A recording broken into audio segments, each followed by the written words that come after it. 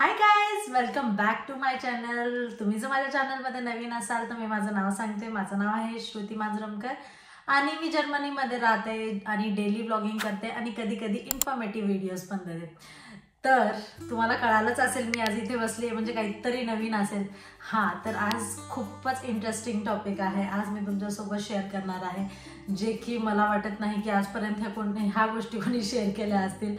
तर मग मी आज तुम्हाला सांगते की जर्मनीमधली खरी इंडियन लोकांची परिस्थिती कशी आहे। टॉपिक चालू करण्याच्या आधी मला एक म्हण आठवते, ते मी म्हण सांगते तुम्हाला। दुरूनच डोंगर साजरं तर यालाच म्हणतात की दुरूनच सगळ्या गोष्टी छान वाटतात। तसंच की इथली जर्मनीमधली इंडियन्सची लाईफ अशी आहे की दुरूनच डोंगर साजरं दिसण्यासारखी। तर एक गोष्ट आठवते मला, जे की सगळे म्हणजे लोक पोस्ट टाकतात की इंस्टाग्रामवर, फेसबुकवर, व्हॉट्सअपवर। तर ते आपले चांगले मेमरीज असतात, जे चांगले म्हणजे जे गोष्टी असतात तेच टाकतात याच्यावर, इंस्टाग्राम, फेसबुकवर, व्हॉट्सअपवर। तर ते पाहून, ते फोटोज व्हिडिओज पाहून आपल्या भारतामध्ये असं वाटतं की बापरे, यांची लाईफ किती चांगली आहे, यांनी किती फिरतात, यांनी किती मजा करतात, यांच्यासारखं तर लक कोणाचंच नसेल। पण ही गोष्ट खरंच चुकीची आहे। तर मी कसं काय चुकीची आहे ते यापुढे सांगते तुम्हाला। तर चला मग व्लॉग स्टार्ट करूया।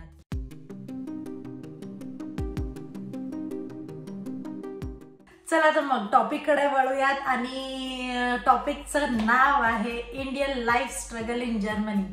म्हणजे भारतातले लोक जेव्हा जर्मनीमध्ये येतात त्याची सत्य घटना, म्हणजे इथं येऊन कशी परिस्थिती असते, आज तर मी तुम्हाला शेअर करणार आहे। तर लेट्स गो। तर इथे खूप डार्क गोष्टी आहेत, जे की खूप फिजिकली, मेंटली सगळं इथे हे करावं लागतं, फेस करावं लागतं। आणि त्यामुळे ह्या गोष्टी कोणी तुम्हाला सांगणार नाही, फक्त चांगल्याच गोष्टी दिसून येतात। पण तसं काही नाही आहे, इथे पण खूप प्रॉब्लेम्स आहेत जे आज मी तुम्हाला शेअर करेल।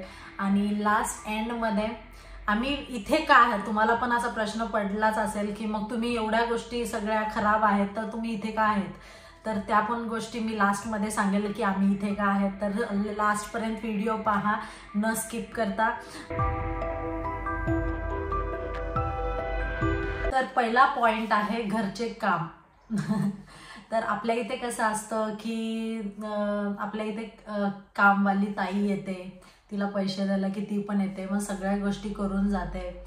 आणि मग इथे तसं नाही आहे, इथे स्वतःचे काम आहे। भांडे धुणे मशीन असतात, पण मग फरशी पुसणे, झाडून काढणे, अजून मग स्वयंपाक बनवणे, आपल्याजवळ जर मुलं असतील तर त्यांना सांभाळणे, त्यांना नेणं आणणं। कारण इथे असं स्कूल बस आहेत, पण जर जवळपासच जर स्कूल असेल तर मग त्यांना न्यायचं आणायचं, ह्या गोष्टी पण आहेत। म्हणजे दिवसभर त्याच्यामध्ये पॅक राहावं लागतं। तर इथे असं काही नाही आहे की कोणी येऊन तुमच्या इथे काम करेल, कारण इथे कामवाल्या पण खूप एक्सपेन्सिव्ह आहेत। तुम्हाला खरं सांगते मी, इथे एका घंट्यासाठी 10 किंवा 15 युरो घेतात, म्हणजे जसं की 800 किंवा 1000 घेतात एका घंट्यासाठी। तर तेवढं देणं काही परवडत नाही, कारण असं वाटतं की जाऊ दे आठवड्यालाच करू, पण एवढे पैसे द्यायचं परवडत नाही। तर त्याच्यामुळे मग असं होतं की सगळे कामं आपल्याला, सगळे फिजिकल कामं, सगळ्याच गोष्टी आपल्याला इथे करावं लागतात, कोणीच येत नाही इथे कामासाठी। तर असं आहे की ते खूप अवघड जातं। म्हणजे मी जेव्हा एकटी होते तेव्हा तर सगळं ठीक, म्हणजे सगळे कामं होऊन जायचे। पण आता मला एक मुलगी आहे, तर त्याच्यामुळे मग थोडंसं सगळं तिला सांभाळायचं आणि मग सगळे घरचे कामं करायचे, ते थोडंसं अवघड जातं। आणि घरचे कामं तर एक वेगळी गोष्ट आहे, मग ते तरी आपण कसं तरी मॅनेज करू शकतो। पण इथे आपले जे कलर करण्यासाठी, म्हणजे जर काही खराब झालं, वॉल खराब झाली, कलर करण्यासाठी इलेक्ट्रिशियन म्हणजे जे की मजदूर तुम्हाला माहिती असेल आपल्या इथे सहज येतात, जसं की आपल्या इथे एक फोन कॉलच केल्यावर ते लगेच येतात. पण म्हणजे इथे तसं म्हणजे येतात ते लोक, पण त्यांचं असं आहे की एका तासासाठी, 1 तास नाही 15 मिनिटासाठी पण ते लोक 60 युरो घेतात. म्हणजे 60 युरो म्हणजे खूप मोठी रक्कम आहे इथे. तर तुम्ही पाहिलं असेल माझ्या मागच्या व्हिडिओमध्ये की माझ्या इथे चाबी हरवली होती, तर त्यांनी 120 युरो घेतले होते. तर 8 ते 9 हजार फक्त ते चाबी काढण्यासाठी. तर फक्त ते त्यांनी टाकलं होतं त्याच्यामध्ये डोअरमध्ये आणि मग ते ओपन झालं. मग तेवढ्या म्हणजे मी तर काउंट केलं होतं खरंच, त्यांनी फक्त 8 ते 9 मिनिटामध्ये ते गोष्ट केली होती. त्यांनी 120 युरो घेतले. तर इथे खूप मोठा म्हणजे खूप पैसे लागतात कोणत्या पण गोष्टी करण्यासाठी. तर मग असं नेहमी बोलणं परवडत नाही आपल्या म्हणजे इलेक्ट्रिशियनला. तर पहिलं आपल्यालाच त्याला होतं की नाही ते पाहावं लागतं, स्वतःलाच प्रिपेअर राहावं लागतं ह्या सगळ्या गोष्टीसाठी. आणि जेव्हा रेंटचं जेव्हा घर असतं तर तेव्हा एक ठीक आहे की तुम्ही ओनरला बोलू शकतो आणि तिला सांगू शकतो हे खराब आहे या ते म्हणजे हे चालत नाही ते चालत नाही. पण जेव्हा तुम्ही स्वतःचं घर घेतो तेव्हा सगळ्या गोष्टी आपल्यालाच करावं लागतात. जसं की तुम्हाला माहिती आहे की हे नवीन घर घेतलेलं आहे, तेव्हा आम्ही ह्या घराला पेंट करायचं होतं. तर आम्ही दोघांनी ठरवलं होतं, इनाच्या पप्पांनी आणि मी, की आम्ही स्वतःच पेंट करू म्हणून.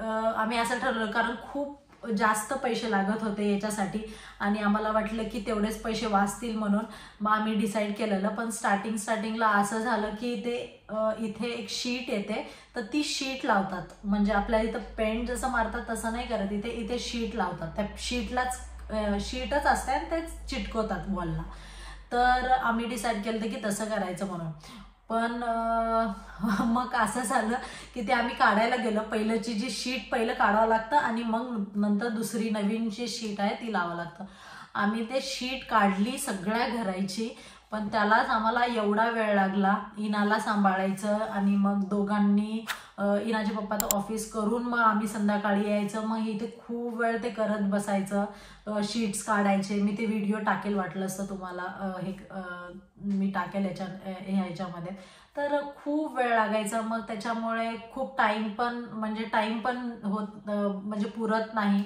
तर अशा खूप गोष्टी आहेत, क्षुल्लक गोष्टी म्हणतो आपल्या इथे तशा आहेत इथे, की म्हणजे इथे थोड्या गोष्टीला पण इथे लोक पैसे घेतात. तर मग ते पॉसिबल होत नाही की नेहमी एवढे पैसे देणं. तर ही गोष्ट आहे पहिली जे की इथे इंडियन्स फेस करतात. ह्या लोकांना, जर्मन लोकांना तर सवय असते, यांना सगळं माहिती असते, हे सगळे सेल्फ करतात. पण आपल्याला सवय राहत नाही. आपल्या इंडियामध्ये आपल्या इथे असं आहे की फोन केलं की लगेच येतात. तर आपल्याला इथे थोडंसं अवघड जातं. तर ही पहिली गोष्ट होती जी की आम्ही इथे फेस करत आहोत. तर दुसरी गोष्ट आहे की फूड म्हणजे जेवण.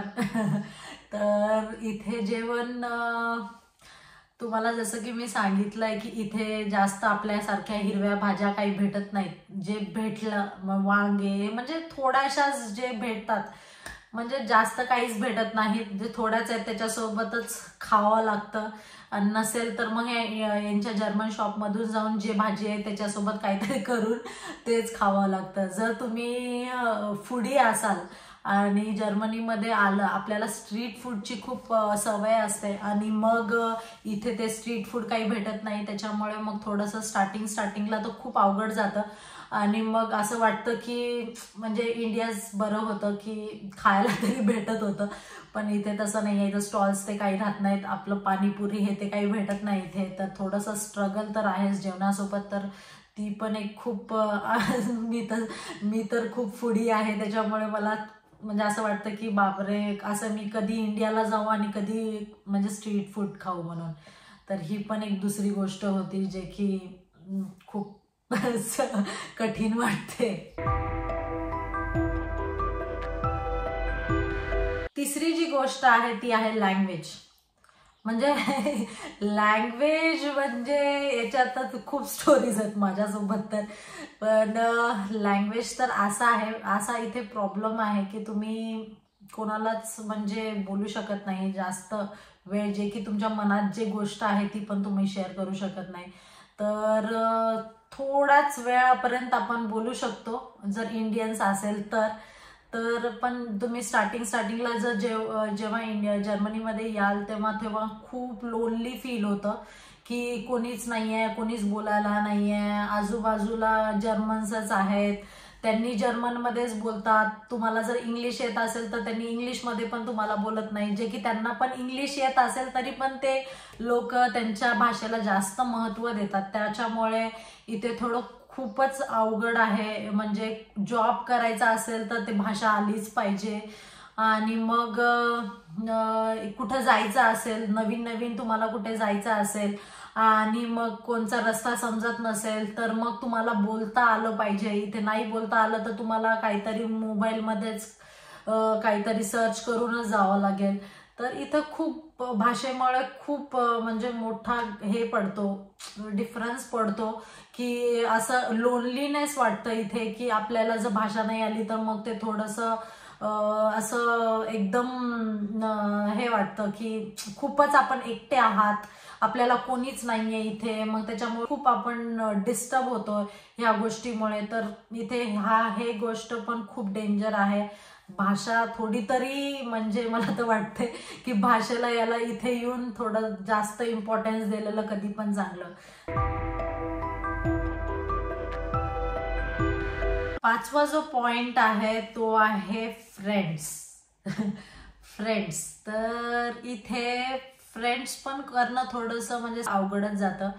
कारण म्हणजे स्वतःहून इथे जर रस्त्याला कोणचं इंडियन फॅमिली भेटली, इंडियन्स भेटले तर तेव्हा त्यांना हाय हॅलो म्हणजे करू शकतो तुम्ही.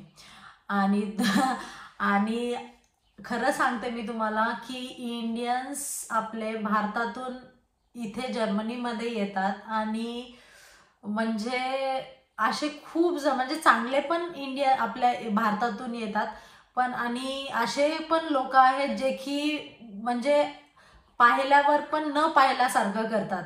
तर मला ते खूप वियर्ड वाटतं कधी कधी की आपलेच लोक आहेत आणि आपल्यालाच असं करतात. तर ती खूप डेंजर वाटते गोष्ट.